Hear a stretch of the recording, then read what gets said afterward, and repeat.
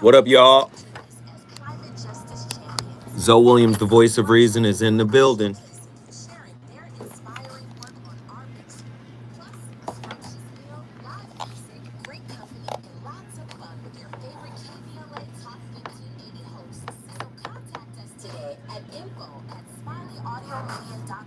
Or call 323-290-4690. That's info@smileyAudiomedia.com or call 323-290-4690. We hope to see you Thursday, February 29th as we close out Black History Month at KBLA Talk 1580. Everybody hit that like button. That like button is so important to the channel. Please support.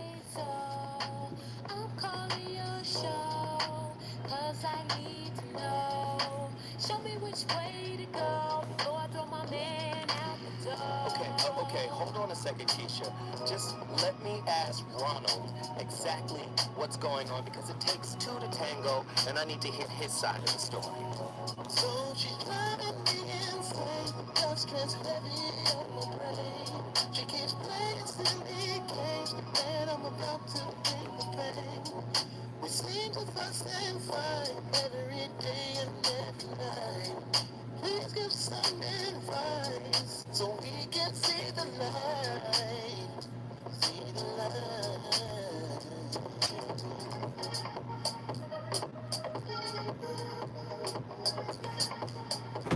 Let's get those likes.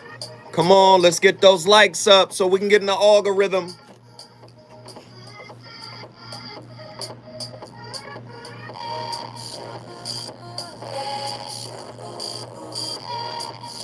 Greetings.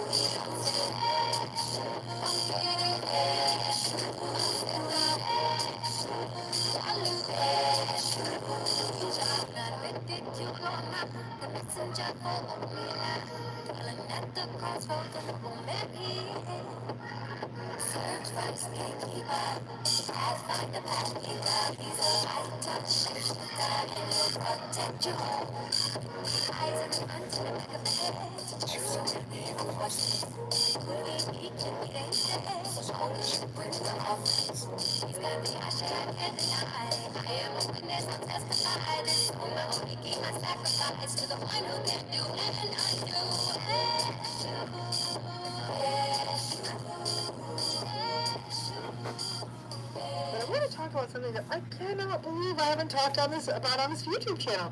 I was doing some research for some other work I was doing today, and I was studying, and I was like, what? I didn't do a video on this. We're going to talk about something that you already know is a really great framework called DARVO. So let's talk about this. Some of you may have heard of DARVO. It's a really a tool for understanding gaslighting. And it's a tool that you'll need when you try to hold a narcissistic person accountable for their behavior. Like I said, I can't believe I haven't done a video on this. It's so often top of mind, but more in sort of like the research type stuff I do. But like I said, I was doing some research for something else. I was looking at DARVO, so I thought, oh, this is going to be really useful to talk about on YouTube, so here we are. So DARVO is an acronym that captures the reaction of perpetrators. Frankly, I believe it captures the reaction of any narcissistic person when you attempt to hold them accountable for their behavior. Now, this acronym, DARVO, it stands for denial, attack, reversing victim and offender, okay? Denial, attack, reversing victim and offender. DARVO. Got it? Good thing to know. Now, this acronym was developed through the work of someone named Dr. Jennifer Freed, who is a psychologist and scholar who does really, I find it incredibly compelling research on perpetration and betrayal. We'll put her website in the video notes for those of you who might want to do a deeper dive into her science and scholarship, because it's really quite great. But I want you to sit with that whole DARVO acronym for a minute, because that's it, right? You try to hold a narcissistic person accountable, and this is what happens every single time. It's a really clear laying out of the gaslighting dynamic. So really what DARVO does is it really captures gaslighting in a really solid way. So let's lay this out as an example, right?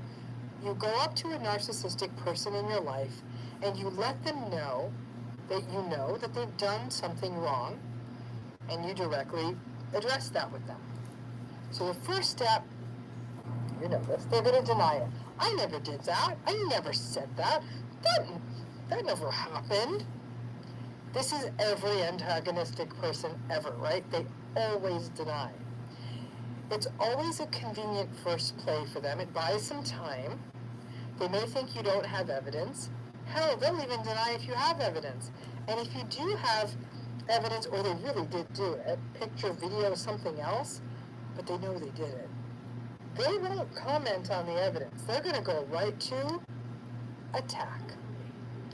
Now, the attack can involve the dismantling of the other person. Well, of course, I guess this is what I get from a paranoid person like you. Like, when are you going into therapy? Or maybe you need a new shrink since you are as crazy as ever.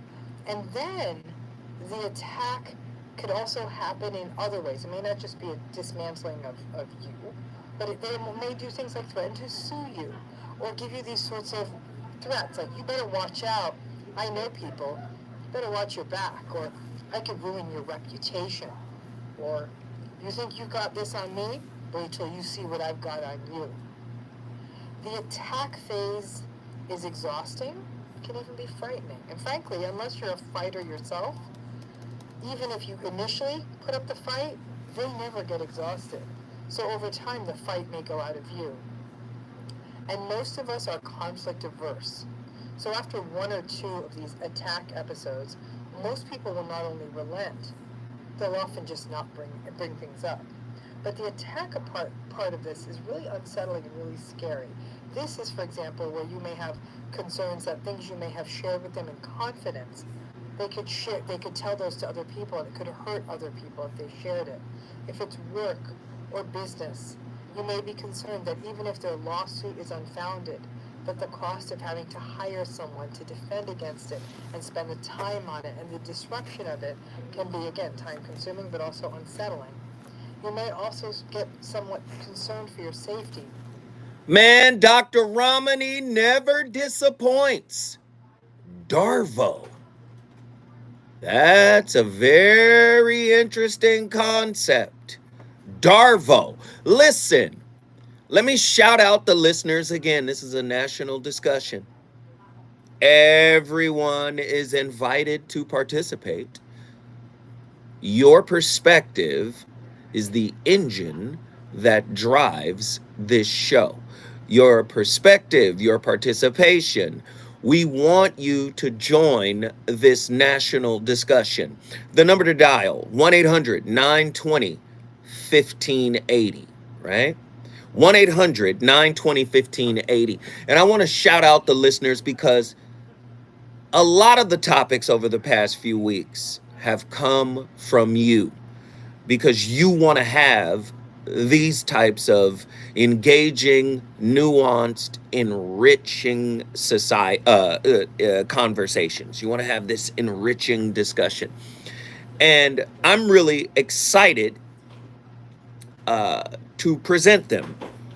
Tonight's topic: does accountability equal narcissistic kryptonite?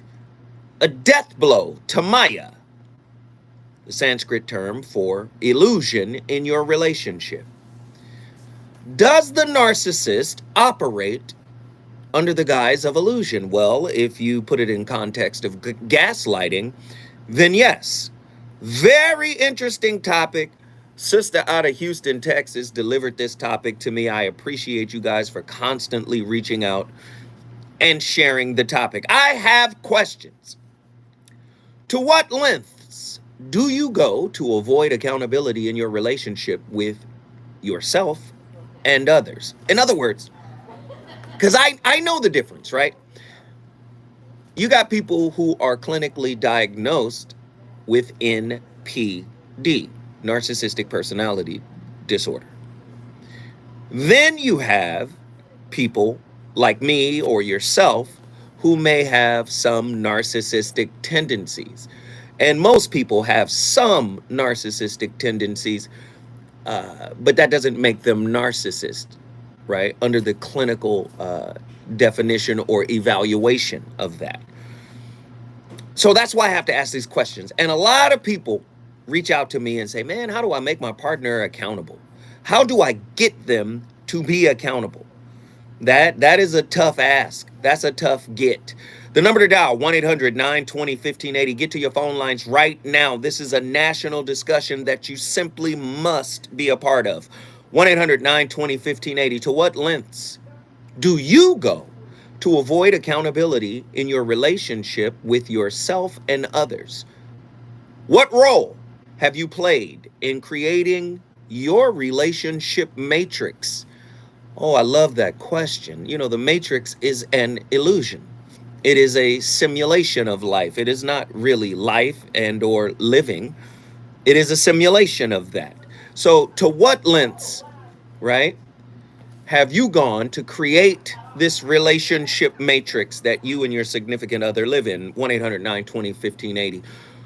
What are some motivating factors that contribute to someone choosing the relational blue pill and remaining ignorant? Ignorance is bliss. Ooh, Lord, I need to know. I need to know. What are the 3 things that prevent you from accepting responsibility in your relationship? What are the 3 things that inspire you to take accountability? Can you be in, listen, I love that question. My goodness. Woo, what are 3 things that prevent you from accepting responsibility in your relationship?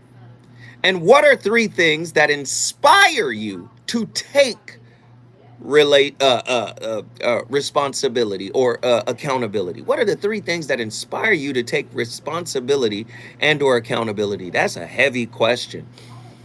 I love it. I love it. How has your reluctance to take accountability hindered you from reaching self-actualization? Oh, Abraham Maslow. 1-800-920-1580. Can you identify instances where you've dodged accountability by shifting blame onto others or external circumstances? There's the blame shifting. How do you reconcile your actions with the impact they have on your relationship and on yourself? Woo! Have you noticed patterns in your behavior that sabotage genuine accountability? If so, what are they? Can you recall a time when you resisted acknowledging your role in a conflict or misunderstanding? What were the underlying emotions driving that resistance. Reflecting on past experiences, how has avoiding accountability affected the trust and intimacy in your relationship? Let me just say this. Let me start here. Takes two to tango. Yes, it does. It takes two to tango. And if it takes two to tango, then two people must apologize. Then two people must acknowledge their contribution, right, to the rift that the relationship is currently experiencing. Many people do not like to be accountable. Many people love to blame shift.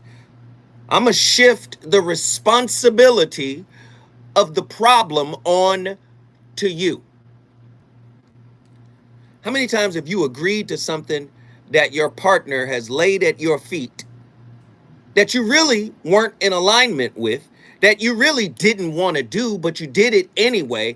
And then because you didn't get the outcome that you're in the relationship for, you turn around and blame your partner. Well, you have to take some accountability too, because had you not agreed to something that you previously agreed to, that you really didn't want to agree to, you wouldn't be in the situation, right? You could have opted out of the experience before experiencing it. But since you opted in and you didn't like the way the experience turned out, you turn around and blame your partner. That's a lack of accountability, right? You're a co-creator of the mess you say you don't want to be a part of. But really, do you really not want to be a part of it? You helped create it. In what ways do you rationalize or justify your avoidance of accountability? Woo! In what ways do you rationalize and justify your avoidance of accountability? When I come forward, the voice of reason, we're going to unpack this whole situation. Let's get Monday off right.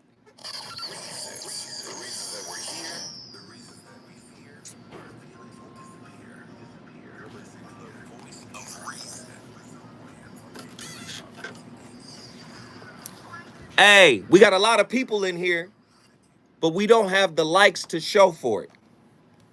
All right? Can I get y'all to like the video? You lost something? Can I get y'all to like the video? Can everybody like the video? Show your love, show your appreciation. Listen, we had a very light day on the Zoa Morning Show. Like I said, the algorithm has flipped. The Zoa Morning Show still gets more viewers than this one. But more people are starting to come in here. The algorithm has flipped a little bit. So with that being the case, I need you guys to really hit that like button. It does wonders for the channel. And if you enjoy the content, oh man, it's been raining. It's going to be raining from now until Wednesday. It's been raining. So we're getting hit with another storm.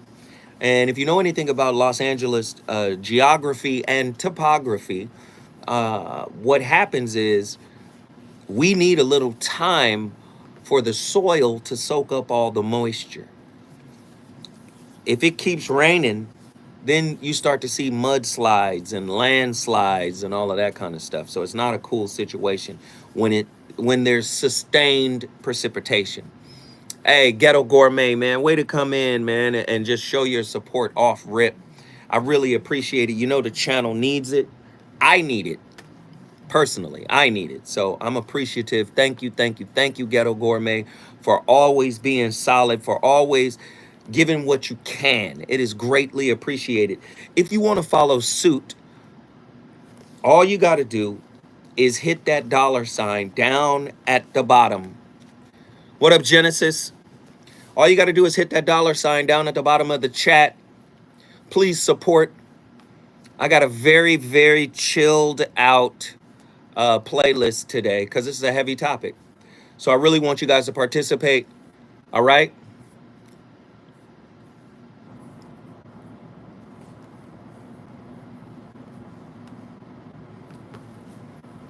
Oh, yeah. Oh, yeah. Yeah, houses will fall off the cliff. No matter how well built they are. I forgot I'm in the South. LOL. $200 support challenge. If we can get $200, man, we'll get it. Zoe, are you woke? I don't know what that means. If you're asking, am I awake? Yeah, because I'm up doing a show. I don't really go by the, the terms and all of that stuff. I don't know what that means.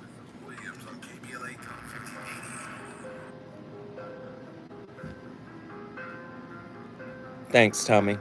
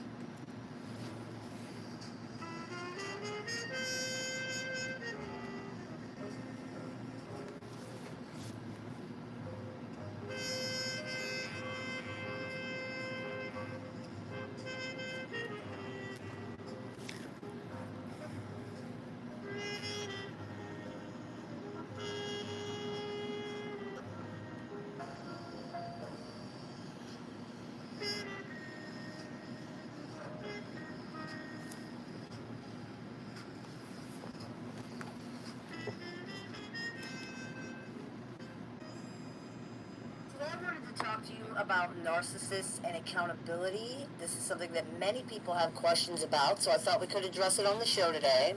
What is accountability? Accountability is responsibility. When we take accountability for our actions, choices, and decisions, we're taking responsibility for them. We're saying, I did this, I made this choice or these choices, I own these things, and I will accept the consequences as well, whatever they are. Accountability is not blame because blame is generally assigned by other people and accountability is voluntarily taken. As you may have guessed, for narcissistic people, taking accountability feels like blame. They can't own their choices or their actions because they don't act. They react. Therefore, their behavior is always someone else's fault. If you ask a narcissist to take the garbage out and they punch you in the face, there will be no true accountability for this action and the choice to engage in the action. Some of them will even straight say, it's not my fault, I'm just reacting to you. The fact that their reaction is a choice, their choice, and one that is completely and totally their responsibility is not addressed. It's probably not even understood. If it is understood, it's not important. What's important is that they are not to blame ever for anything. Narcissists don't want to take responsibility for the consequences of their actions either. Not only are these things... Now, let's distill it down a little bit. People with narcissistic tendencies also have a very difficult time apologizing. So if you can't take accountability, you can't apologize. So this goes back to the point that I made a week or two ago when I said many people struggle. Now, I'm not saying that they suffer from MPD, but they may suffer from narcissistic tendencies, right? When they can't apologize. See, listen, it's easy to say, I'm sorry, even for a narcissist. But saying I'm sorry really isn't enough. You have to say what you're sorry for. I am apologizing for this. I recognize that I hurt you in this way. And it was not my intention to purposely hurt you or disrespect you or demean you. I cheated. I lied. I betrayed you. I betrayed your trust. And I'm very sorry for doing it, right? Not, well, I didn't really know that that's what I was doing. And the reality of it is I was reacting to something that you had said, because that's not an apology.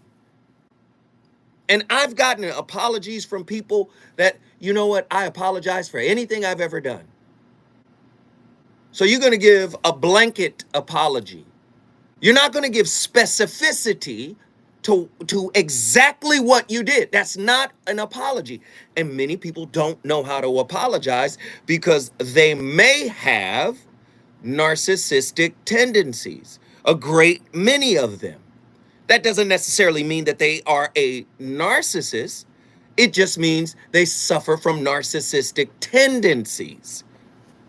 The radical concept of accountability as narcissistic kryptonite unveils the intricate dance between personal responsibility and toxic narcissistic tendencies within intimate relationships. On tonight's episode, we attempt to delve into the nuanced exploration of accountability as a double-edged sword, capable of both healing and exposing the illusions in our relationships. Through a multi-dimensional lens of clinical, philosophical, psychological, and societal insights, we will attempt to embark on a thought-provoking journey into the corrosive nature of personal accountability for individuals grappling with narcissism, or narcissistic tendency. So I want to bring this back. Where there is accountability, there is self-exposure. And many people fear exposing the self. This is why we blame shift. In my last relationship, it lasted 5 years. In my last relationship, I started the relationship off wrong. You know why? Because I was with someone already, and I didn't disclose that information. When I was asked, are you seeing somebody? I said no. You know why? There is no why. I can give you the information. I can say, well, you know what? I met this new person, and I said, that is my person. The person I'm with, not so much.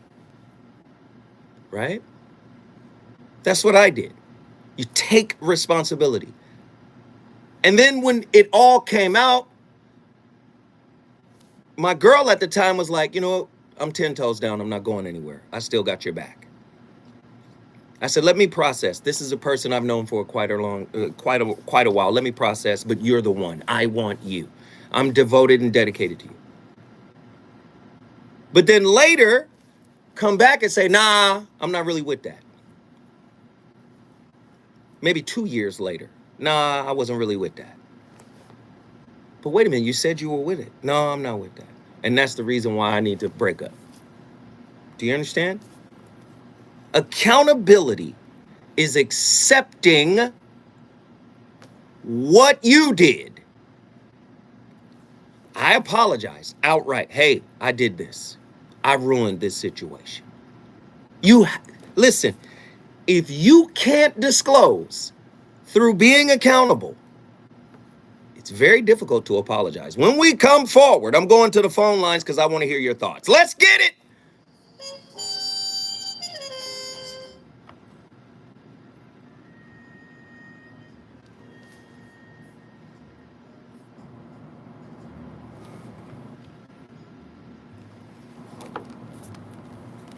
Everybody hit that like button.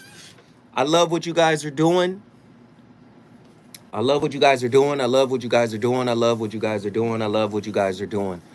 I love it. I love it. I love it. I love what you guys are doing. You guys are hitting the like button. You guys are hitting the super chat. The super chat is the little $sign down at the bottom of the chat.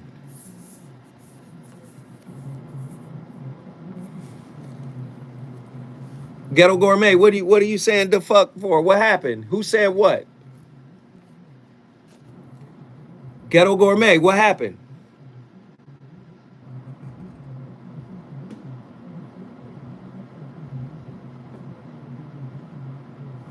Ghetto Gourmet, what happened? Talk to me.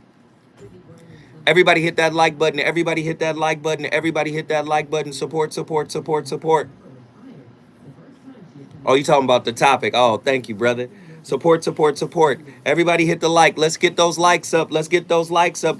That's how we get into the algorithm. That's how we get into the algorithm. We want to push. We want to push. It's Monday. We got a great topic, and I want to talk to you guys about it. I want you guys to get involved, okay? Super chat. Thank you, Third Eye. Third Eye, thank you. Hit that super chat. Show your love. Show your appreciation and support for the channel.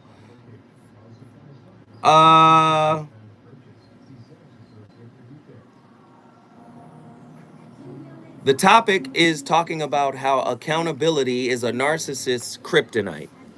But I'm arguing that it's a lot of people's kryptonite, not just narcissistic people or people who suffer from narcissism.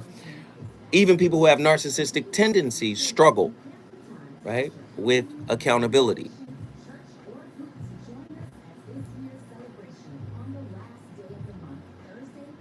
You feel me? Everybody hit that like button. Everybody hit that like button. Glad to see you. Thank you, brother. I appreciate it, brother or sister, because I can't tell via the handle here. I'm staying on point. When a person says, but after an apology, it erases the apology. Absolutely. Absolutely.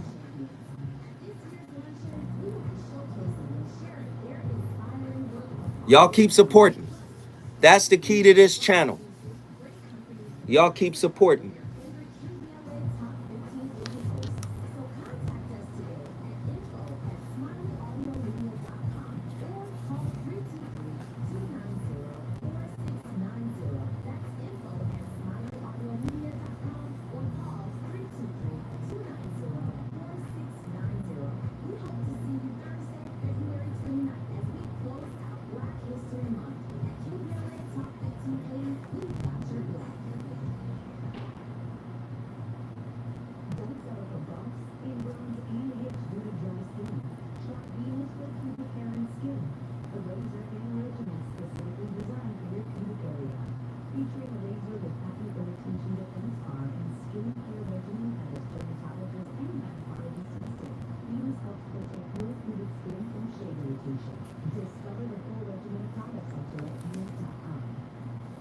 Hey, and share the video too.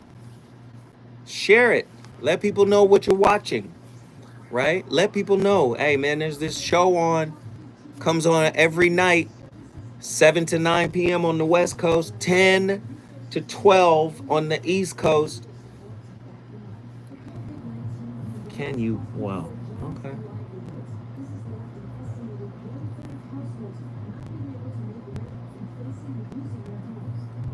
I'm staying on point for the collection plate. We appreciate it. Claim over blame. I did say that in the relationship dismount.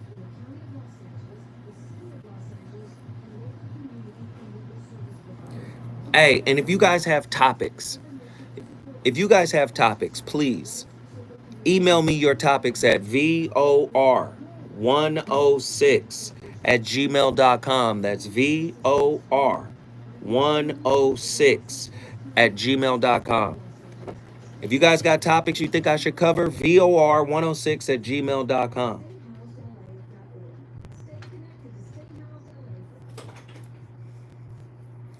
VOR106@gmail.com. Yo, do we have to play the drop? I want to go right to the music. Just this time. To the music.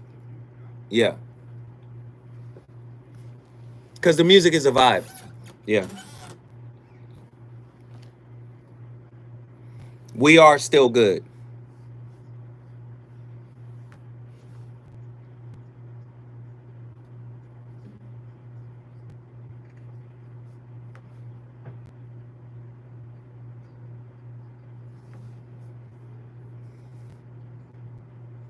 By area. 30. Here we go.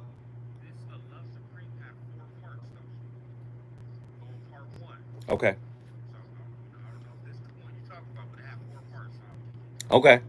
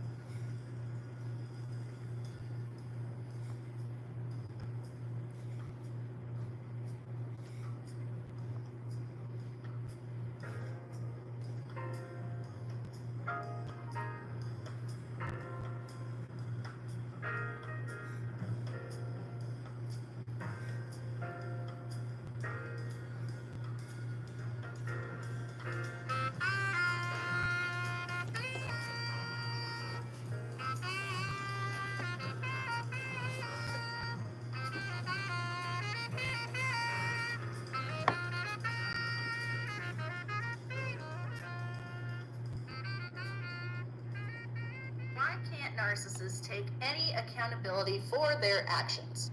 Even when the narcissist does something openly hateful and manipulative towards you, they just can't seem to give you a sincere apology for it. And whatever it is that you caught them doing, most likely that's about 10% of what they're actually doing. A narcissist lives in the moment, and so when you tell them to take accountability for something that they did a few days ago, because that's not actively happening, they cannot put themselves back into that situation to give you an apology. An apology requires a certain amount of empathy that they lack. You have to be willing to say, I can see why I hurt you and I feel your pain, and I legitimately am sorry that I was a result of that pain. This does not exist for a narcissist. And sometimes they will even say to you, well, that happened a week ago, that happened a year ago, why are you bringing it up now? At the same time, the narcissist will hold things against you that you've done in the past because they're still feeling the emotions of it in the present. And you think to yourself, why can't they just make that small leap that because they're still feeling pain from something that I've done, that I could still feel pain from something that they've done? Well, they just can't do it. They're not capable of it. Here's a simplified example. If I told you, produce the mathematical formula of the Big Bang Theory right now, you would say, but I don't even know the first step to take to do that. I don't have that information. I don't know how to do that. And if someone was like, well, you can do algebra. If you can do algebra, you can do this math. You're sitting here going, that's not even the same thing. Yo, are you with someone who constantly shifts the blame to you? In my 2015 book, The Relationship Dismount, How to Stick the Landing When Exiting a Toxic Relationship, I coined a phrase, claim over blame. There can be no authentic apology unless you claim what is yours to claim. Just like they say, you can only control what is yours to control. You must claim what is yours to claim in whatever calamity you experience in intimate relationships. It's almost impossible for you to be in a tumultuous, dysfunctional, frustrating, stagnant relationship and you have zero contribution to it.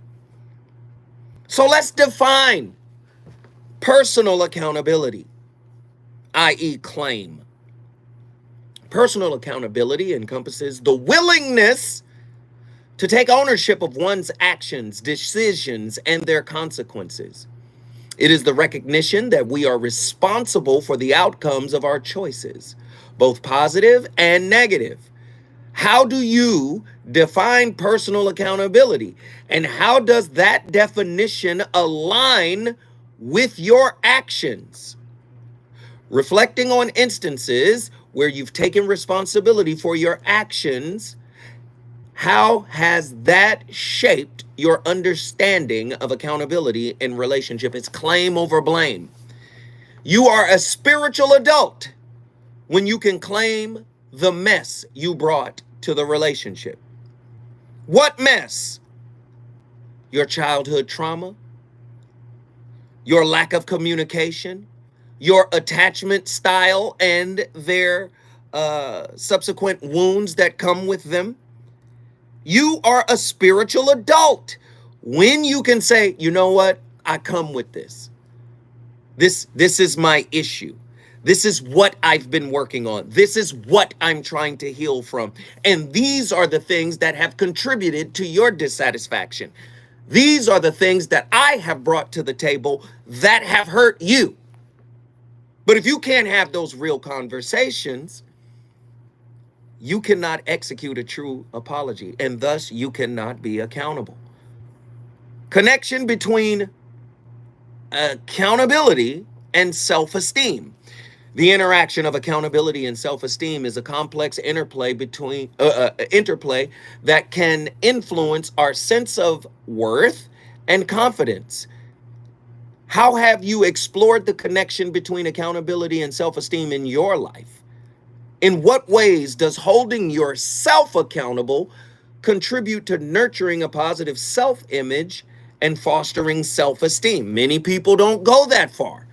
Why? Because our partner is supposed to provide every answer and every resource that will lead to our happiness. We've been conditioned to think this way. Heavy stuff tonight. Are y'all ready? 1-800-920-1580. Who's been on the longest? Hustle. Come on. Can we get Hustle's play? Come on. But before we bring Hustle in, we got to get Hustle right. That instrumental, man. Come on. Hustle from Miami, Florida. We want to get him in here. Talk to us, Hustle.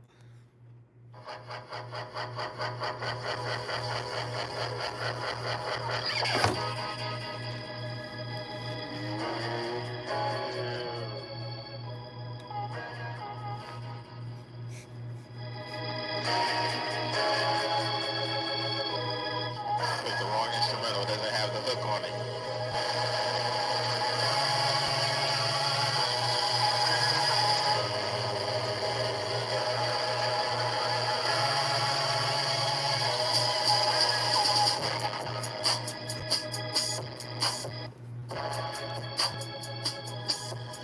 Yeah. Hey, what up, Hustle? Yes, sir, man. What are your thoughts on tonight's topic? Salute, man. You know, great topic to break out the phone call. And I believe it was Tilla that submitted this one, right? Yes. No, it was Attila from Houston, Texas. Yes. That's what's up, man. So, I was speaking with a young lady the other night, and she said something that was profound to me. She mentioned that she was in a place where she couldn't even trust herself. Right? Mm-hmm. And we both are coming out of narcissistic situations, and I guess we're kind of going through a healing journey together. I don't know if that's the best place to start something, but I thought it could be something beautiful if it works out that way. Mm-hmm. What are your thoughts on that? Patience. Patience with yourself and patience with her. Because the reality of it is, if you guys are still going through something and she has a separate thing that she's going through, and maybe you don't have something as heavy that you're going through, but we're all going through something, right? Maybe your situation isn't as complicated as hers. If she's invested, number one, let me just say, clearly there's something about you that she really, really likes and is attracted to, right? So number one, her disclosing and being transparent with you and sharing what she shared, that's a big sign that there's a certain level of trust, right? That she actually trusts you. So if I were you, I would lean back and allow her, because let me just say it this way. A lot of times, the person who wants to help is not invited. The help isn't invited. So sometimes you got to sit back and allow them to get comfortable enough to invite you to their issue. And many times when they invite you to an issue, it's because they believe you to be a trusting ear. Not all the time are they coming to you to say, you fix it. To me, them coming to you saying, you fix this issue is a red flag. Do you see? That's a red flag, because I can't fix your problem. I can assist you on your journey while you fix your problem. I may be able to suggest a book, but you still got to read it. That's if I suggest you a book, right? I give you a book suggestion and you don't read it, that's the same as leading a horse to water, but he doesn't drink. See, at the end of the day, the work is on you. So again, my advice to you is patience. And don't be anxious about it. Allow her to continue to offer you the VIP invite and go in as a non-judgmental listener. and let her know, I don't really have all the answers. I may be inspired by listening to you to point you in a particular direction, but that doesn't necessarily mean you're going to get the outcome that you're looking for. The outcome is dependent upon what you do internally. Does that make sense? Absolutely, man. There you go. My brother Hustle, guess what you just did? Miami, Florida, man. I appreciate you, sir. Yes, sir. If you want to bring your city in the building, all you got to do is call me at 1-800-920-1580. We lost a caller, right, from Houston, but we still got a caller from Houston. But this is what I want to do. The brother who called from Houston, was it Jason? Jason, man, you better call back, man. 1-800-920-1580.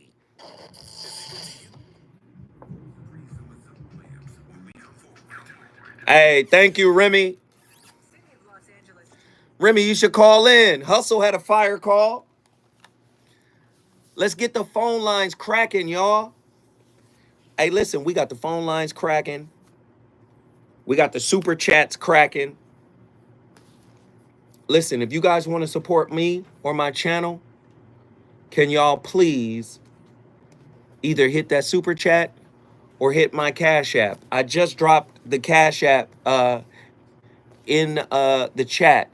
If you want to send me some bread directly, I'd appreciate it. But I really want to get you guys to call. Right? I really want you guys to call. I want you guys to support. I want you guys to have my back on this. Oh, by the way, yesterday we filmed 2 episodes of my new podcast with my brothers, Marvin Jones, aka Krondon, actor Marvin Jones, aka Krondon, and my brother Chase Infinite. Chase Infinite is a world-renowned music manager, just a manager in general.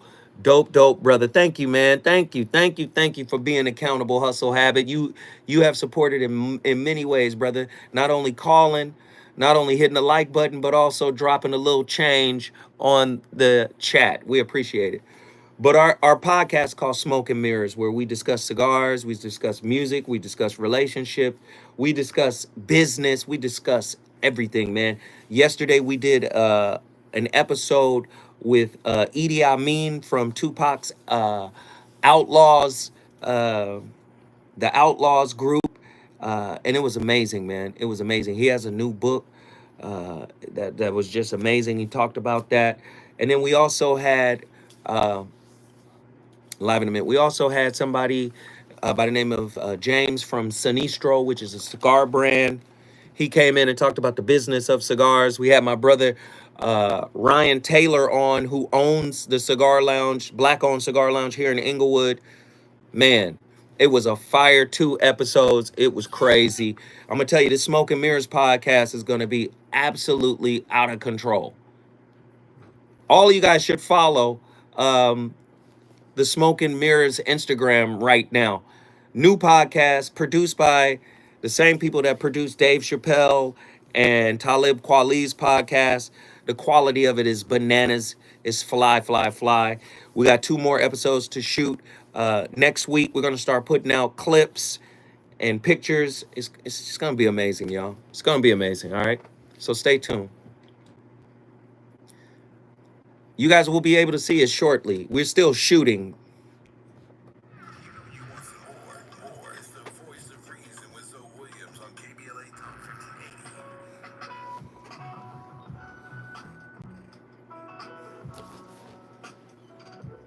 Right after.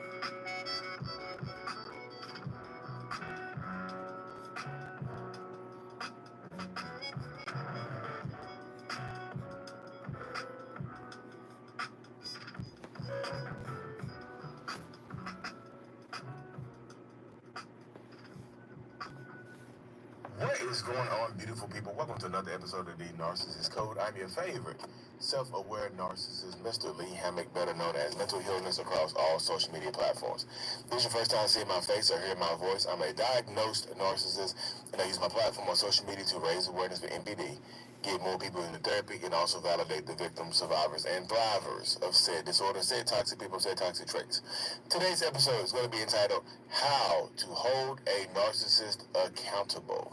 How do you do that? How do you hold a narcissist accountable? I got this question from one of the comment section of one of my videos. I was like, let me do a video on that. Because we all know, or most of y'all know, if you dealt with a narcissist or type person, you know, or you should come to the conclusion very quickly that narcissistic people, toxic people, do not like to be held accountable for anything that they have done to you, or anything that you think that they have done to you. That's just the way it goes, y'all. I wish I could change it for you. I wish there was another way, but narcissists do not like to be held accountable. And so some people just like, because accountability to narcissists is like Kryptonite to Superman. And no, I'm not saying narcissists are Superman, except for me. I'm just joking. I'm kidding. I mean, well, their narcissism just peaked out, Lee. You were not kidding right there. You were serious. Blah, blah, blah, boo, boo, boo, bee, bee, bee. I was kidding. Narcissists are not Superman. But this is the way it goes, though. Accountability works like kryptonite to narcissistic people. We don't like it. We try to avoid it at all costs, because it strips us of our powers. It makes us feel like we are not worthy, because accountability leads to us feeling shame, or the thought of feeling shame. Shame is so powerful when you're dealing with narcissists and you're dealing with toxic people. It just is, y'all. It really, really is. So I think this is how my mind works on the subject right here, y'all. One of the only ways to hold a narcissist accountable is, drumroll, to have some type of leverage on them. One of the only ways to hold a narcissist accountable is to have some type of leverage on them. What I mean by leverage is have something that they want, that they do not want to be taken away. You have to be able to move. You have to have something on them, or something that you have to have some type of power over them or control over them. Man, Lee Hammock be cooking. Y'all should check him out on YouTube. Check out his YouTube page. The brother definitely be dropping the jewels. But let me say this. Have you ever been in a relationship with somebody who wasn't a narcissist, that always had some kind of leverage on you? Could always refer back to old text messages 2-3 years ago? I didn't even know how my cell phone did that. Like, what? You can go back and see, oh yeah, all you gotta do is go into search and type in blah, blah, blah. What? Yeah, man. These are narcissistic tendencies. And guess what? They're more prevalent and pervasive than many of us know. And oftentimes we're dealing with people that are using these tactics. They may not be clinically diagnosed as narcissistic. However, they're using some of these, I guess, clandestine skills. Many people seek to have some kind of leverage. And if you got leverage, guess what you can do? In a lot of ways, you can shirk your responsibility. In a lot of ways, you can dodge accountability because you got leverage. Do you understand? I don't want y'all to get caught up thinking this is just about people who have NPD or clinically diagnosed as narcissistic. I'm saying there are many people who have narcissistic tendencies and they rely on them in order to survive in a relationship. What is the role of vulnerability in embracing accountability? Vulnerability is the gateway to authentic connection and growth, yet it can be daunting when it comes to embracing accountability. How does vulnerability play a role in your willingness to hold yourself accountable for your actions, your thoughts, words, and deeds?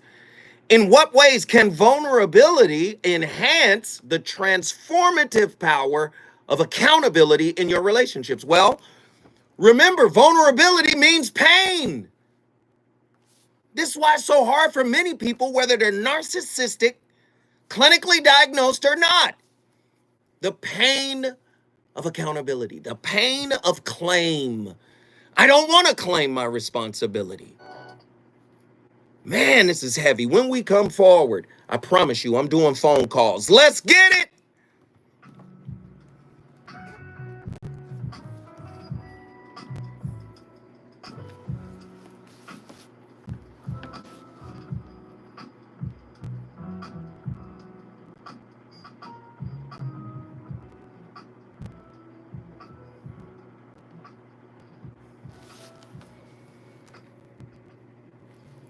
Yo, that first hour zipped up out of here, right?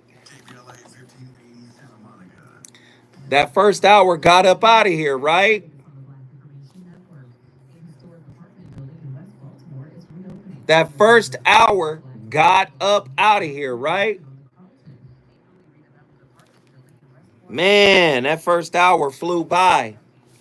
Hey, listen, I appreciate everybody for being in here. Please hit the like button. Hit the like button. Hit that super chat. The super chat is the little $ down at the bottom of the chat room. Please show your love. Please show your appreciation, all right? It's a quick hour. We are all selfish in varying degrees. Black Sparta can't fault people for being afraid. No, you cannot. But you can hold people accountable, because you need to be a spiritual adult if you want to have a healthy relationship. And accountability, cultivating accountability is one way to get to spiritual accountability. It's very difficult for people to get that, or spiritual maturity, as I should say. Developing accountability, that's a grown-up thing. That's a spiritual grown-up thing. And many people want to keep that inner child in power. Do you see? And that's the whole point of bringing this up. So it's not about blaming people, right, for being afraid. It's about really trying to encourage them to be courageous, right? On the other side of your courage is spiritual maturity, right?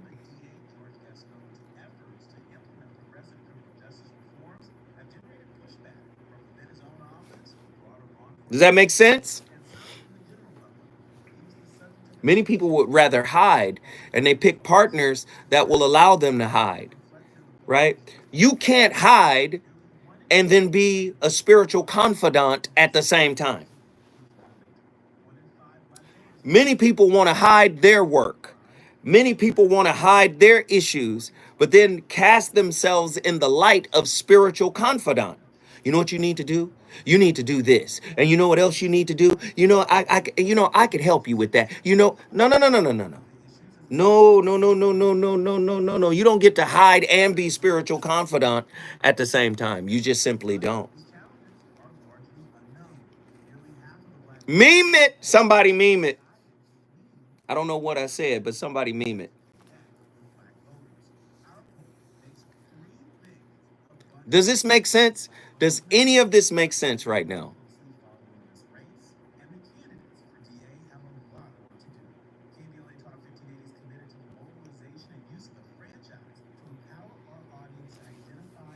Girl Dad cooking up deliciousness. Hey, Girl Dad, call in.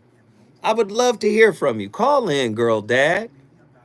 Like I said, I hope this is making some sense. Your relationship is in trouble, I'm the dude to call. Has your soulmate become your cellmate? Does black love still exist? What are your bedroom turnoffs? Fantasies and fetish, financial. We on Lock Nation. What up, fam? A fat person. Are they worth the wait? Trust me, this gonna be crazy. Oh, the number is 1-800-920-1580. It's a very heated topic. Oh, that right. Mama's baby, daddy's maybe. I just have so many What I heard in my periphery made sense. Okay. Everybody put up that number. That's right, Nazarene. Put up the number. Has been committed to a bad routine. How does he maintain his helposity? Zoe, you're cooking. Thank you. Open up, brother. I'm a combative man. Combative man on the inside. They don't show their weaknesses. Yeah. So Williams, reason and accountability. The voice of reason.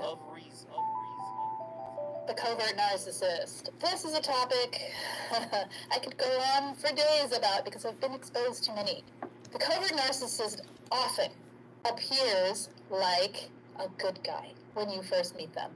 They are the type that will have friends, that will have people that seem to genuinely like them, that will be out there doing good things in the world.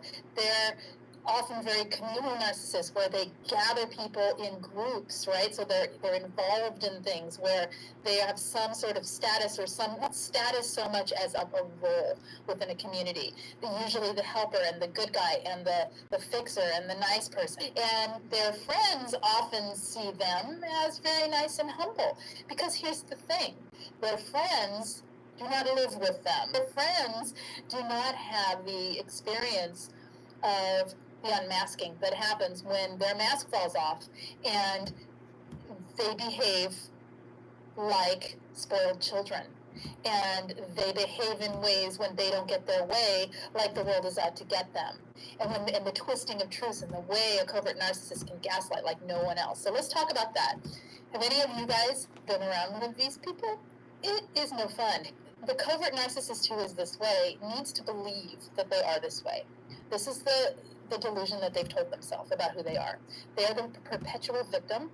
They are the perpetual misunderstood, the one that no one's ever gotten, the one that's never had chances. You know, and the thing is, we relate to it. Because when we meet them or when we're talking to them and we don't see the narcissism yet, there's a lot of things they say that you can relate to, like maybe you're a scapegoat in your family and you are misunderstood 100%.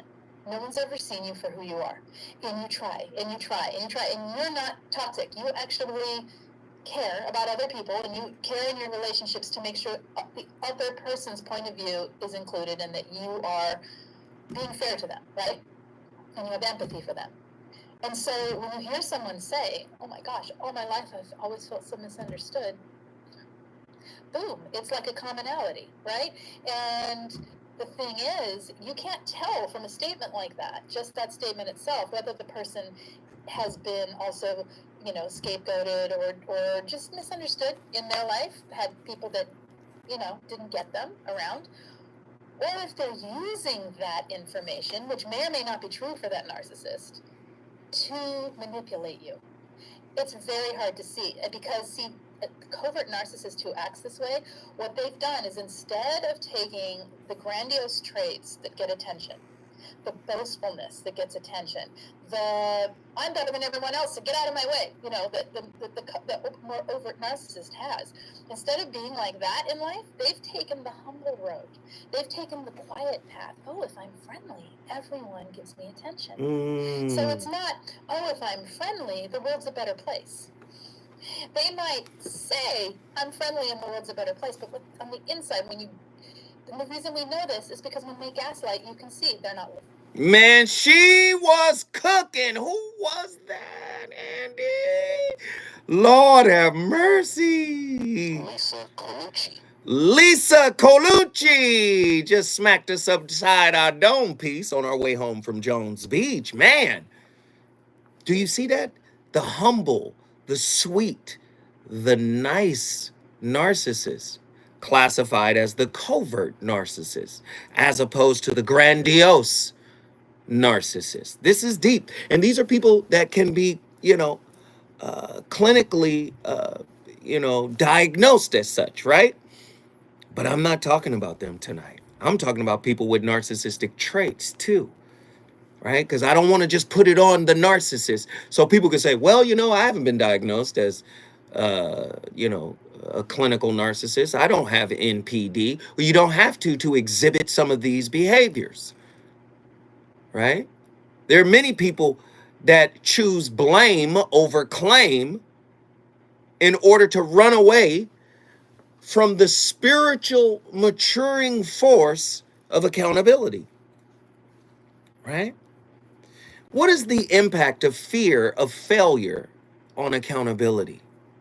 The fear of failure or inadequacy can be a powerful deterrent to someone taking responsibility for their actions. How does the fear of failure impact your willingness to embrace accountability in challenging situations? I've been there before. Reflect on how acknowledging and addressing this fear can pave the way for genuine growth and self-awareness through accountability. Oftentimes, and I've been here before too, you just fail and you try to cover it up and you try to look good, and you don't want to be shamed, you don't want to be blamed. So you lie, or you obfuscate the truth, or you understand what I'm saying? You omit the truth, or you tailor make the truth so you can come across looking like it wasn't your fault, because many of us don't want to take the brunt of our actions. Accountability is a clear sign that you're dealing with a mature adult. And it is necessary for healthy relationships. It's really that simple. If you can't be accountable for anything you've done, and listen, you're talking to a man who hasn't always been accountable for the choices and decisions I've made. But what I'm not going to let you do is drag me through the mud when I am accountable. 1-800-920-1580. Let's get the creator of the content on the line. Attila from Houston, Texas. Get in here. Hey, what up? How are you? What up, what up, what up? What are your thoughts? Man. What are your thoughts? Are we doing it right? Did I do the topic right? Yes, absolutely. So I don't want to stay on too long, so I would definitely give everybody a chance to chime in. But real quick, something that I see hasn't been mentioned is kind of the importance of accountability, because it really is it's a self-love act. And so if you're lacking in self-love, it makes sense why taking accountability would be difficult for you. And that's whether this is someone who is narcissistic or someone who is a perpetual victim in the sense of like codependency. So I think that it's something that we can definitely learn to really understand what that is. Because a lot of times we look at accountability when it comes to our partners only from the frame of mind of how it can benefit us. So if they would just take responsibility for this would make it easier on me. Versus understanding the inner workings that it would take for that person to get to that point. And it also would mean that you too would have to equally be accountable on your side. And so it kind of like reminds me of the Bible verse that talks about removing the plank from your eye. Something like that. Yeah. Don't tell your brother to remove the twig from his eye when you got a whole plank in yours. Right. You know, in the South we would say, don't come around my porch sleeping unless you slept yours first. Ooh, right? Yeah. At the end of the day, I mean, like, if you are screaming about someone not taking accountability for something that they've done to you, then my question is, what does self-accountability look like in your frame of reference? And when you're dealing with that individual? That's heavy. If you tackle that first, then, right, it might produce the desired outcome. But if your goal is really to just get them to be accountable, so again, like I said, it benefits you, then you probably have a lot more of a role to play than what you're willing to accept and acknowledge. Even if it's something as simple as ignoring red flags or allowing yourself to be duped in some area of the interaction.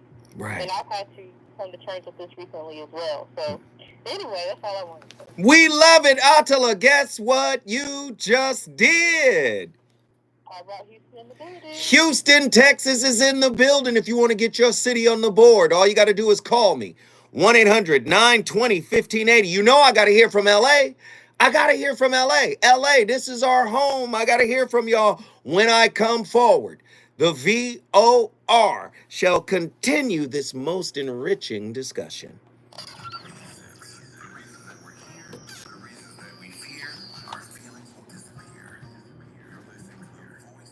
Great call, Attila. Where's I'm staying on point? Where's Pretty Brown Mimi? Where's Girl Dad? Call now. The phone line is open, Girl Dad.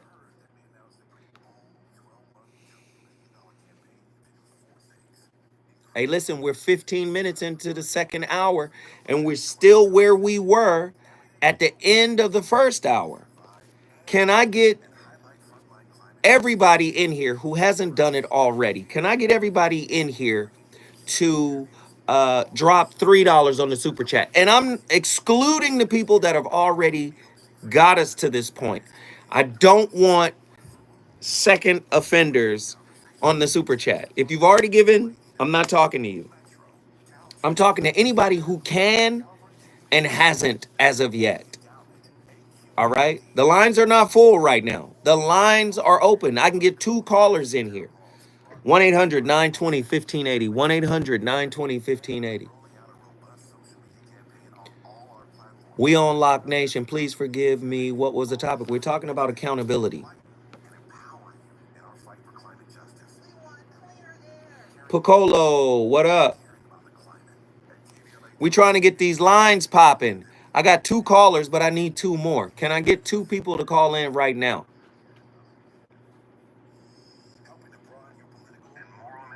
Elliot, thank you for the Cash App. I accept it. And listen, maybe you guys can send the Cash App. The Cash App I get immediately. Maybe you guys can get me on the Cash App. If you don't want to do the super chat, which is the $ down at the bottom of the chat room, maybe you guys can hit the Cash App up. Moderators, can you put my Cash App in there? Hey, Piccolo, if you tried, that's all we can ask for. If you tried, that's all we can ask for.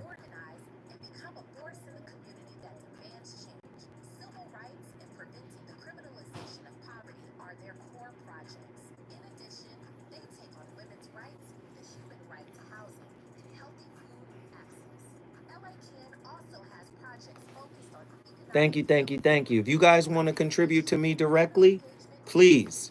If you guys want to contribute to me directly, please hit my Cash App. I'd greatly appreciate it. Right? I'd greatly appreciate it. Hey, Daniel, if you ain't got it, I ain't talking to you. But if you do have it and you haven't done it, please do it.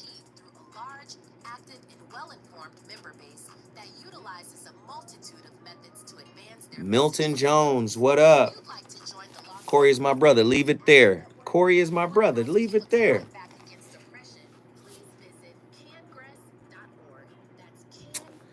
There we go. Lindell Moore.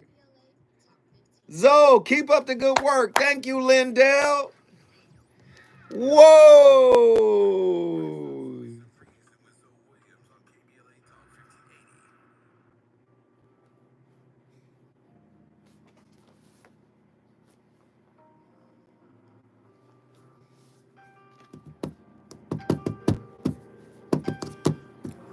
Ooh, ha. Ooh, ha. Ooh, ha, ha.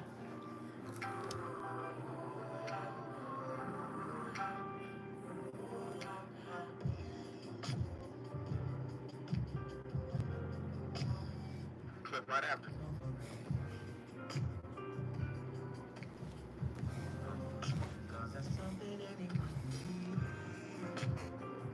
Yeah.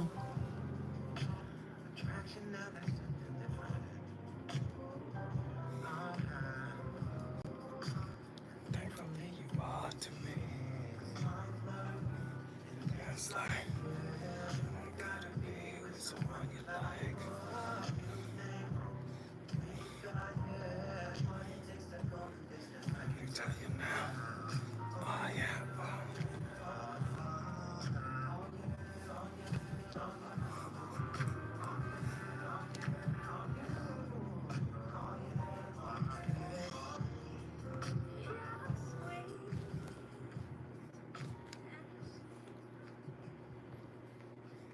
Narcissists hate accountability. It seems like no matter what you say, no matter what you do to them, like you can convince them, you can show them, you can put the evidence right out in front of them, and they'll just be like, no, like I didn't do that. I don't know what you're talking about. Like you made that up. Like that didn't happen. Narcissists hate accountability. You see, accountability for a narcissist is very overwhelming because of the fact that accountability touches at a couple core things. It touches at vulnerability, it touches at honesty, and it touches at truth. And the narcissist is not really about truth, if you haven't figured that out by now. They're more about their reality, their fiction, their fantasy, not actual truth and facts and reality.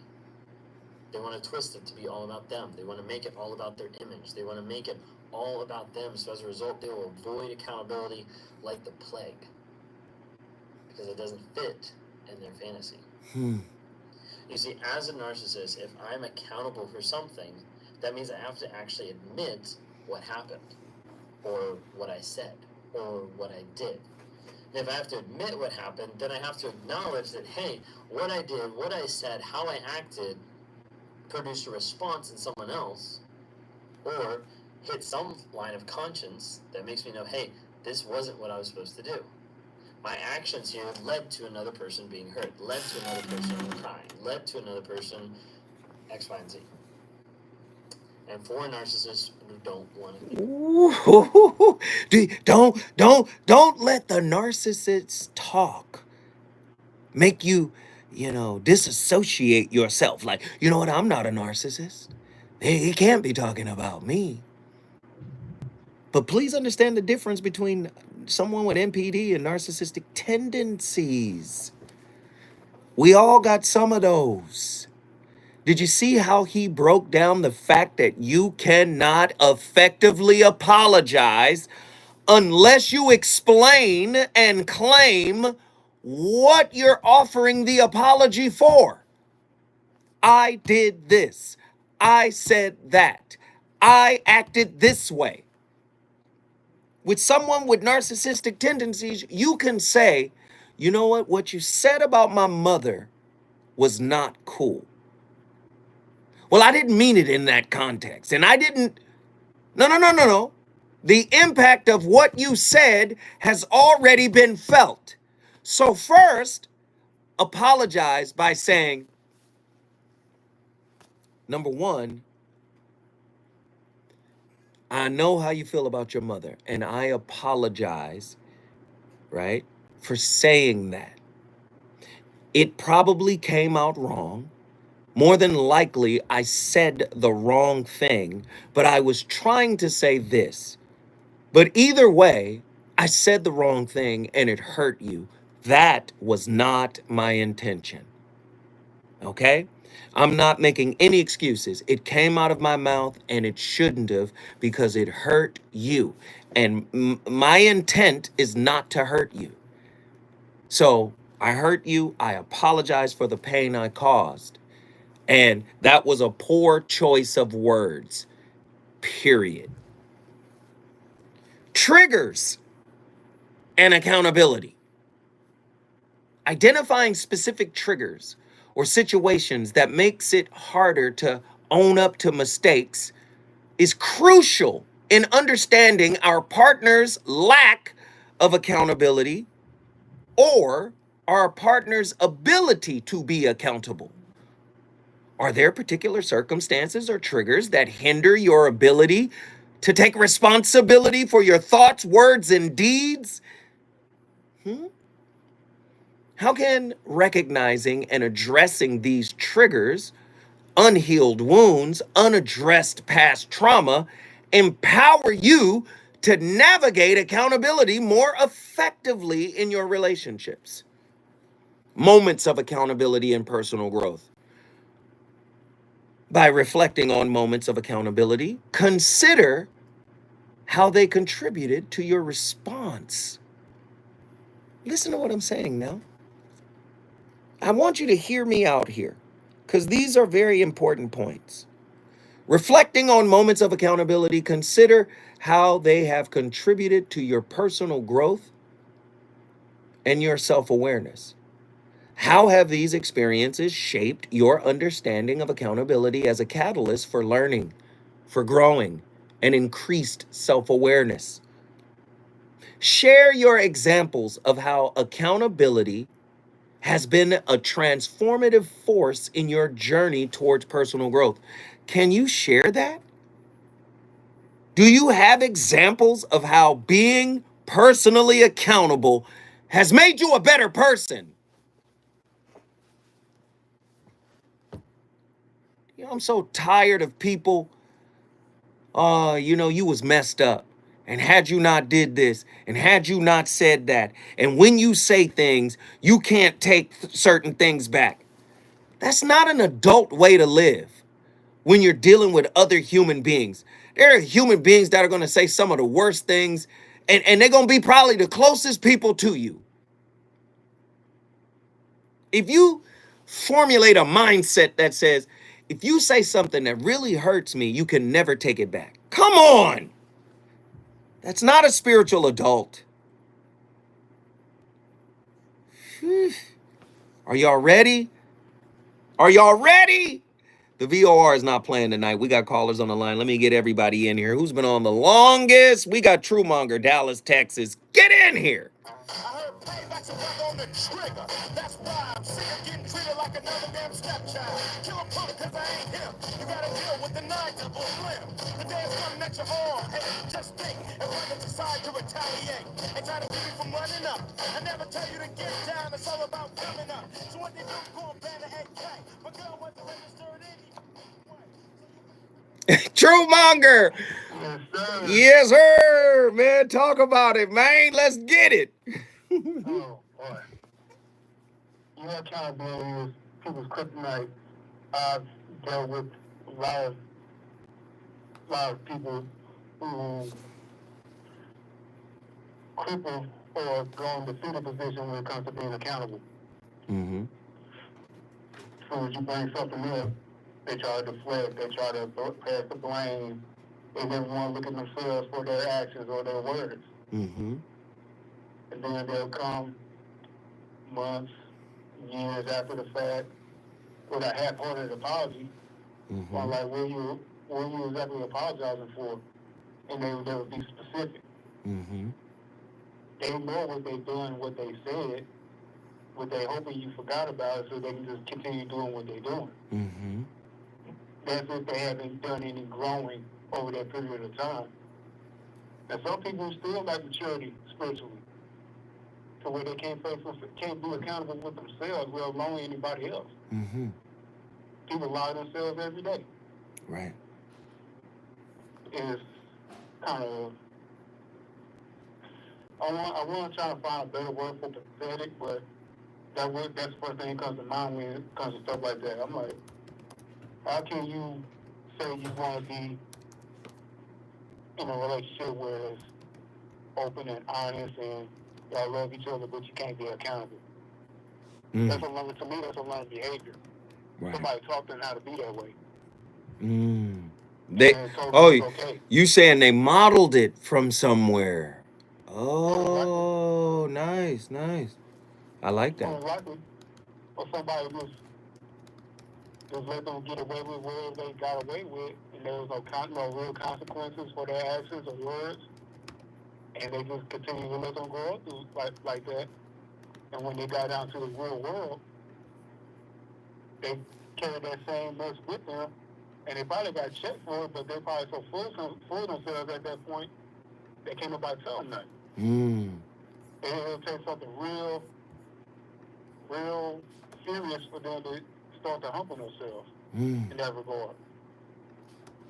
But I've been in situations where my partners were never accountable with me, and it built up over time. I was like, this is probably not going to work. Because you don't like to listen. You don't like to hold yourself accountable. You get offended when anybody else try to hold you accountable for your stuff. Mm-hmm. I'm like, you're being a spiritual toddler to me. Ooh. I'm grown. Ooh. Especially most men, I'm not talking about males, I'm talking about men. Mm-hmm. We've been accountable from the time we can walk and talk, to be honest. not to lie, go, there'll be consequences to pay. You get out in the real world, you gotta be accountable because there's consequences to pay. There's a price to pay for not being accountable. And that's kind of instilled in us for most of us at an early age. So we learn to carry it. I learned to embrace it. Wait a minute, brother. Let me just say this real quick. You are cooking beyond belief right now. What I'm gonna need you to do is hold tight, cause I gotta let you continue to do what you've been doing. When we come forward, we're gonna talk to our brother Truemonger some more, cause he's on fire tonight.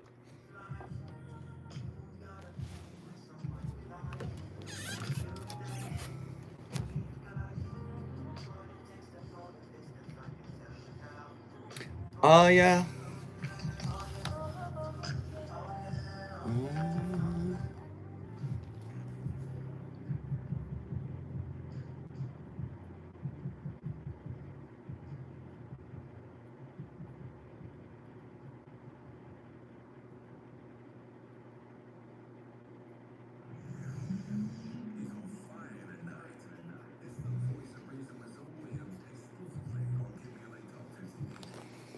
Hey man, I appreciate y'all for being here tonight. What do you guys think about Monday's topic? Did Attila hit us with a good one for Monday? Did she slap us upside the head with a good one? Do you see how fast this show is moving? This is how you know you are listening to good radio. If you feel like the show is creeping by, like, oh my God, this show is still on. Like, if you have that sensation, then that's not a good show. But if you look up and go, damn, we only got 30 minutes left. This is a 2-hour show. We got 30 minutes left. Do you understand? That means we have really been cooking, right? Because we're moving through, we're processing, right? And another aspect of this show is that, man, John Gilbreth, don't do it again, man. This is your second time. Thank you, brother. Damn. John Gilbreth, thank you, brother. Thank you, brother. Thank you, brother. Thank you, brother. Thank you. Thank everybody in here for supporting. Listen, he took us within $25 of our goal. We're at $23. If we got somebody to give us $23 more, we would hit the goal that Ghetto Gourmet set for us.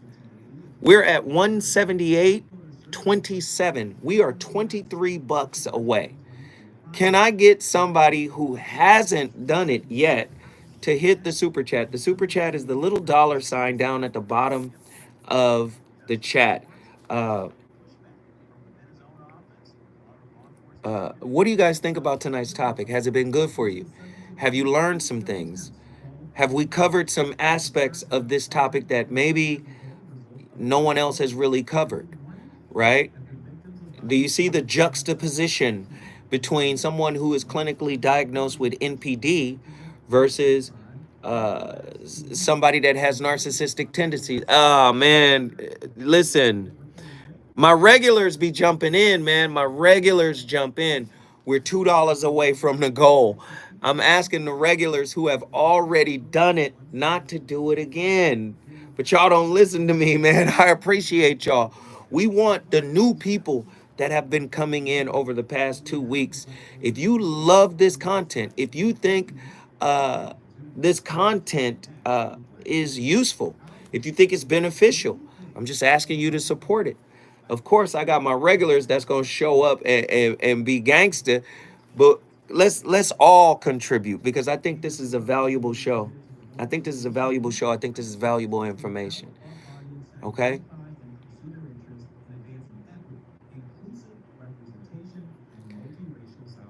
Somebody about to get blocked, huh?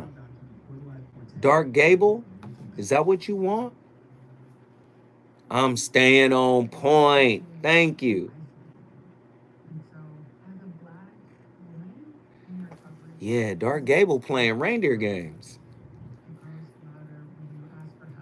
Thank you, I'm staying on point. As you know, nothing but love. Nothing but love. Love it when you call in. Love it, love it, love it.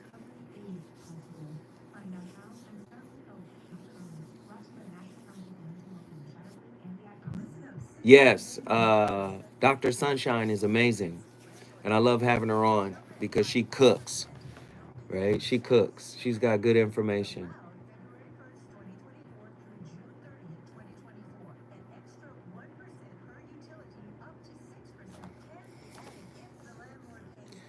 So, uh, I'm staying on point. You did it. Everybody shout out, I'm staying on point. Can everybody in here send out a thank you to I'm staying on point? She took us to the top. We are at $201.27. Thank you to everyone, to every single one of you who showed your support on this live stream. I appreciate it. Nothing but love, man. I love y'all for showing your support. We appreciate it. We appreciate it. We appreciate it. Thank you. Thank you. Thank you.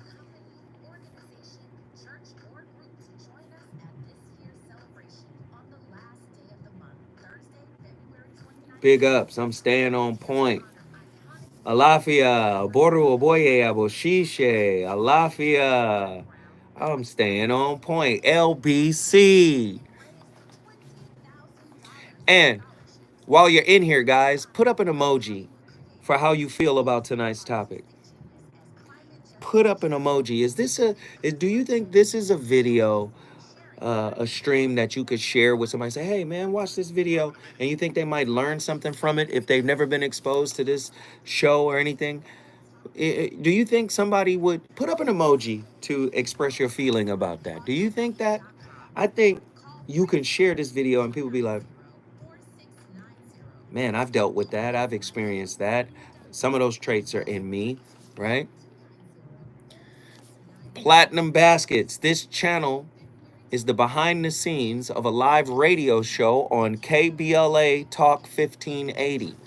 KBLA Talk 1580 is owned by Tavis Smiley. Okay?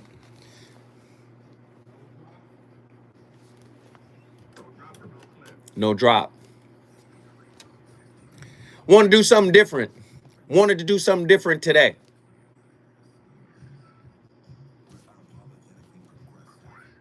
Last clip after the song. You're listening to the voice of reason with Phil Williams. Only on KBLA Talk 1580.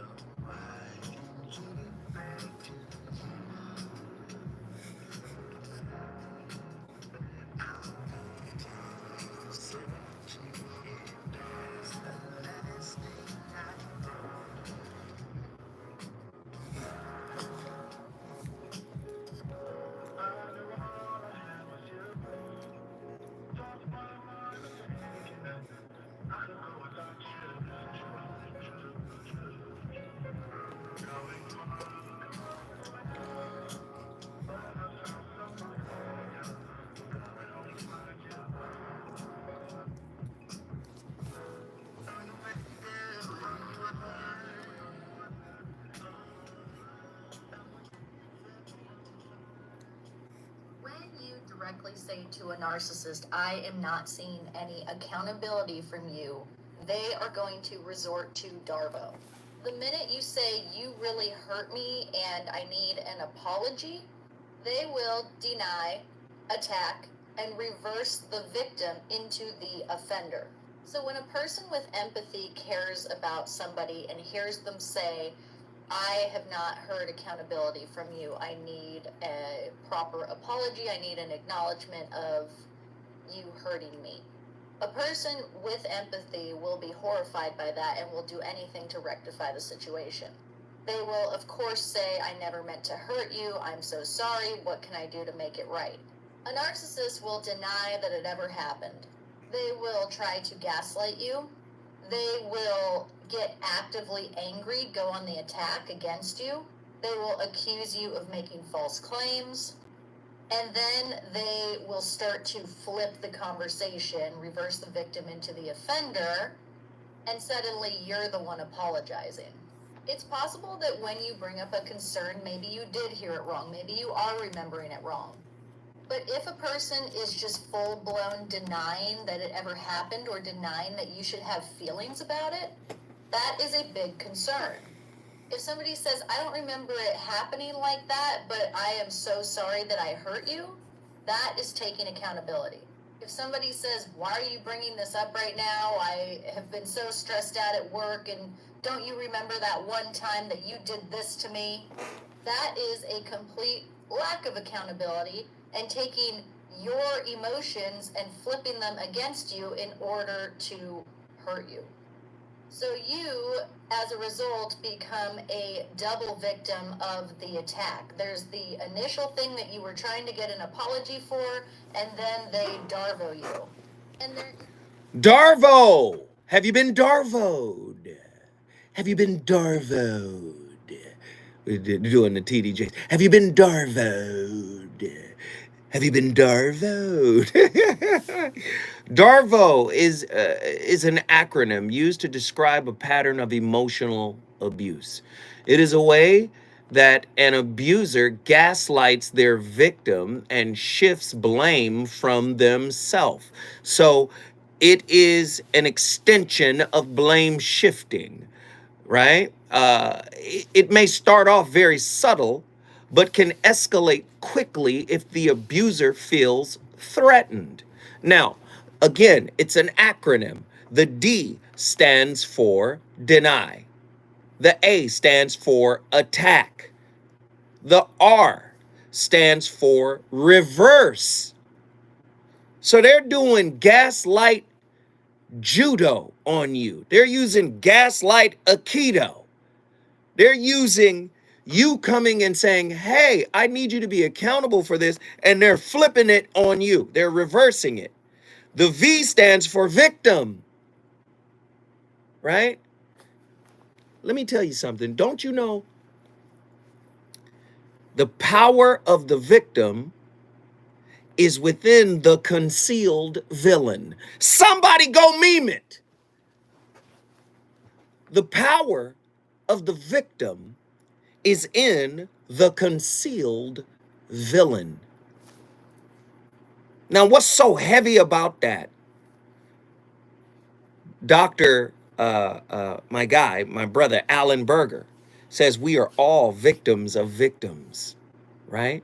So that means all of us are a villain to some degree. Do you see? DARVO, deny, attack, reverse, victim, and then offender. Do you see? The offender, that's another term for villain. The offender. No, I'm the villain here. I didn't do anything. Had you not done this, I wouldn't. Do you see? Do you see? I'm trying to break this down to the nth degree. Do you know why? Because many people think being in a relationship is about being happy. Happiness is an inside job. And if you got these things coming out and manifesting themselves and expressing themselves in your relationship, there's no way you're going to be happy. You're going to have moments of happiness. You're going to start off happy. But then as the relationship begins to get closer, the bonds get closer, so do the wounds. And the wounds, once they touch, once they interface, once they trigger, they're going to have to be addressed. And how do you address your wounds? Whatever is in your psychological toolbox. And if your psychological toolbox is filled with manipulation tactics, that relationship is not for long. Right? Because the wrong person gonna pop on your tail. Manipulate the wrong person and see what happened. You might not get a chance to play victim. This is how I talk to my kids. This is how I talk to my daughter. Manipulate the wrong person. You might not get a chance to make it right. Do you understand what I'm saying? Hey, there are a lot of people out, and I keep telling you, relationship is a mirror. You gonna date a version of yourself that's as manipulative, right? That obfuscates the truth, that apologizes in a blanket way, that doesn't address the hurt they cause. You're gonna experience what you doled out. Oh, I deserve the best relationship in the world. No, you don't. Because you don't like your whole self. Did you know most narcissistic people loathe themselves? They really don't like themselves.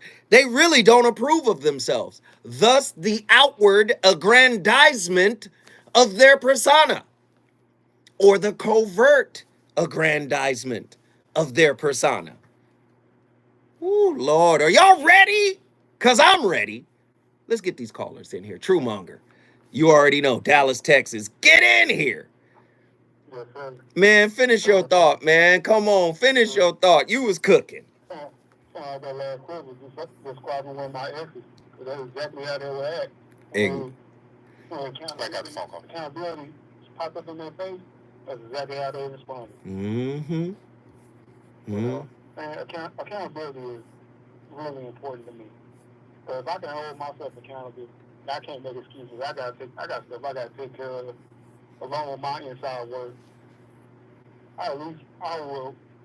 I'm not gonna say I expect it, but I would appreciate my partner being accountable as well.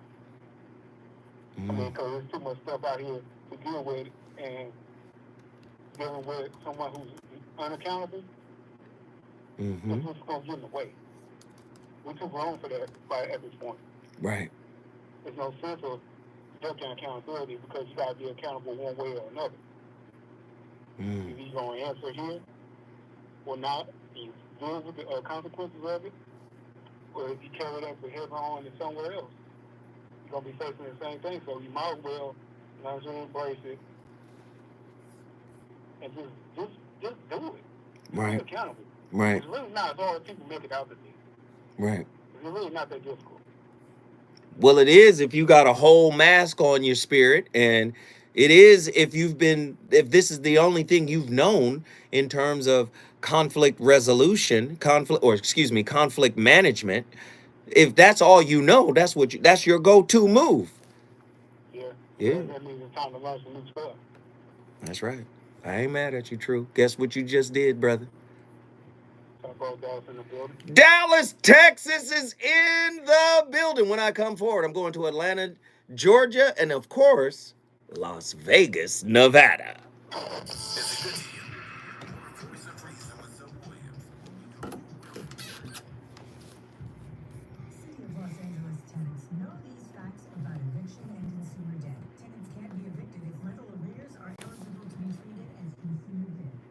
Hey, True Monger, great call, brother. Great call. Nothing but liquid smoke. Great call, brother.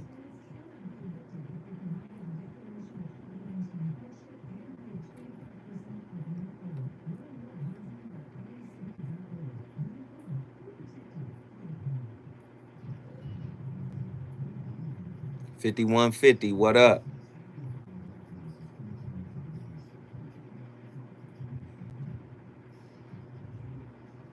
Barbecuing with apple chips.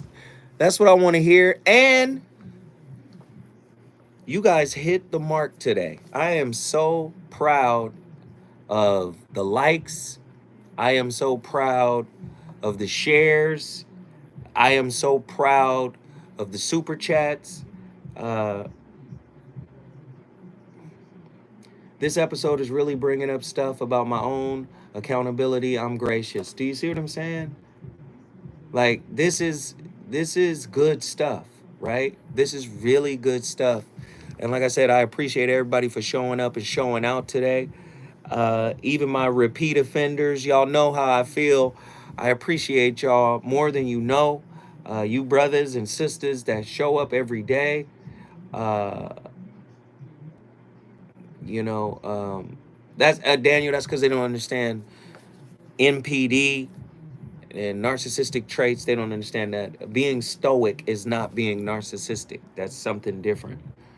That's totally different. Yeah, I call my brothers repeat offenders. Hey Shay, how you doing? I'm in a good relationship until we disagree and he accuses me of cheating.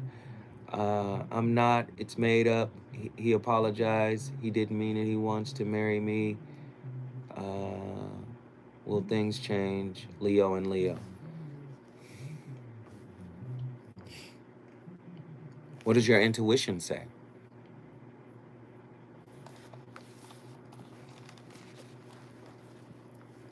What's in his conflict management toolbox? He's a Leo, fixed.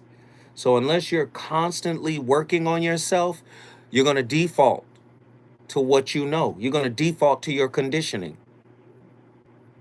Right? Okay, yeah, apologize after the fact. Sure. Right? That's what you're supposed to do. But if you get into a conflict again and you default to what you know, then you're going to have to apologize over and over and over again. So now the question is, what are you doing to fix that?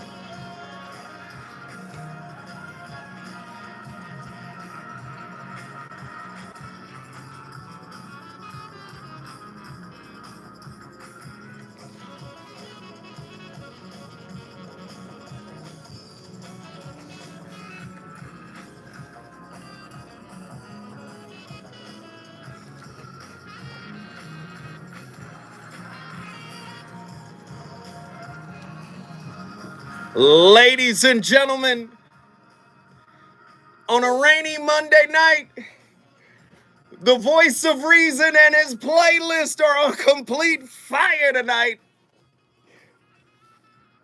Hey, that's Joseph Lineberg. Woo! And Kumasi, Washington. It's called Interstellar. Interstellar Universe, man. Joseph Lineberg and Kumasi, Washington. Fire track, man.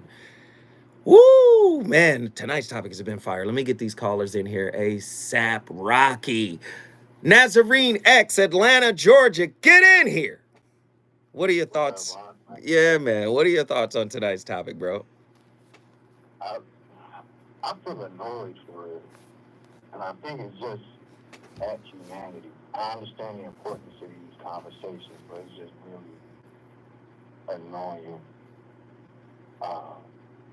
You know how the brother on the clip earlier, I don't know his name, but like when you listen, and I get the points, you know, it's like, oh yeah, accountability is the kryptonite, and what you gotta do is you gotta have leverage and all that other crap. I'm like, so all you got to do is just be accountable yourself. Like, even Sister Octula was talking about the Bible, like, the Bible said, take a mask off, or say, take the condom off your spirit, because the first time that you knew the difference between good and evil, was it, or something like that, the first thing man did was hid away. Like, that's where shame came in, like the scripture, like, you was ashamed.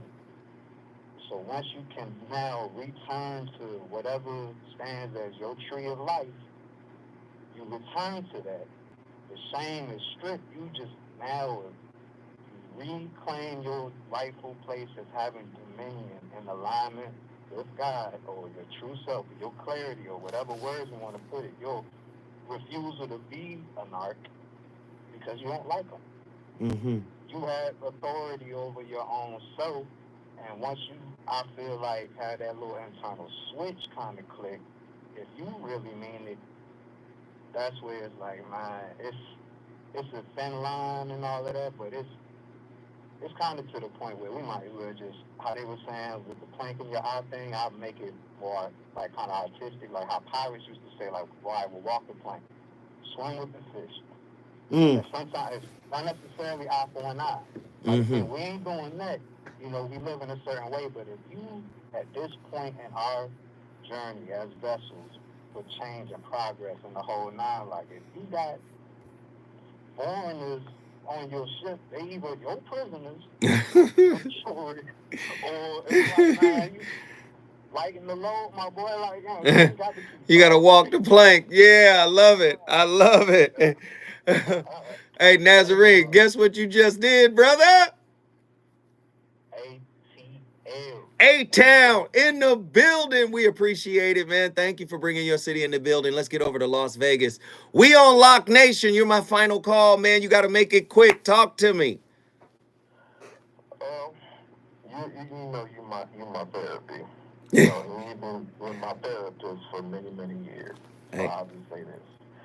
I've been aching and harping over my situation, doing this little YouTube thing for a couple of years now.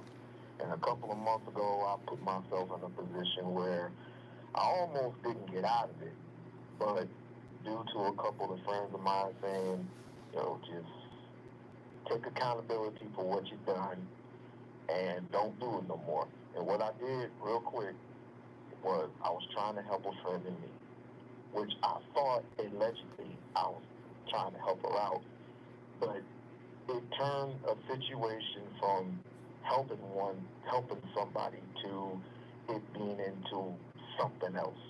And that clearly wasn't the case. It was just some feelings were involved, and I stepped over a line. But I said to myself, you know what? In the end, if somebody's going to turn on you because of one mistake that you made, then it's obviously I need to just stay clear of people who will stab you in the back just because I tried to help you, not only morally, spiritually, but financially. Yeah. I learned I will never, ever make that mistake again. Wow. Heavy stuff, brother. And let me just say, man, you should call in tomorrow and we should really unpack this, because I'm sensing that there's a topic in here. And I would like for you to reach out to me on my social media at HRH, Mr. Zowat on Instagram, at HRH, Mr. Zowat. Man, let's cultivate a topic on this, brother. I appreciate you bringing Las Vegas, Nevada into the building. Thank you so much for the call. Let me just say this. We start the conversations, you end them, right? But it's important that we have these kind of conversations. And I think tonight was a very rich conversation. Real quick, Andy, what are the other tracks that we had lined up from my playlist? My playlist was amazing tonight, by the way. It Never Entered My Mind, Miles Davis, A Love Supreme, John Coltrane, Pink Flower, Pink Flower number 37, King Chino, Ah Yeah, Robert Glasper, Find You, featuring I Am Omari, Interstellar Universe, Joseph Lineberg, and what's this next one?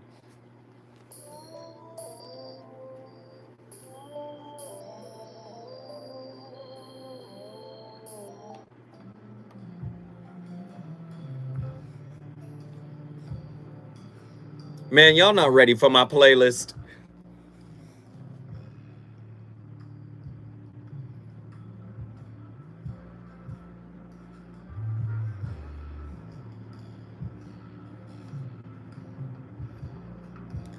Woo! Okay. What's the next one? What's the next one? Y'all not ready. Come on, Joseph. Don't do Joseph Lineberg like this. I'm gonna do my outro on this. Ladies and gentlemen, up next, your friend, my friend, your sister, my sister, Jill Monroe. Yeah. What y'all know about the RSVP show with Jill Monroe? She's coming up next to keep the fire lit. And you already know what the VOR does. Monday through Thursday, I keep it cooking. Now, this is what I want y'all to do. I want y'all to float along to this. Think about what we shared tonight. I hope you grew up just a little bit. Yeah. The VOR back in the building tomorrow with another slapper. Deuces.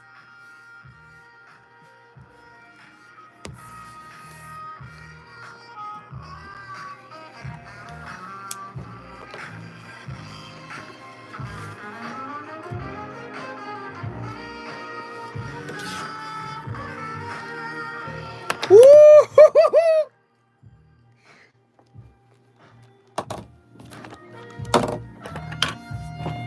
That's crazy. Fire, fire, fire. Appreciate everybody. Thank you. Deuces.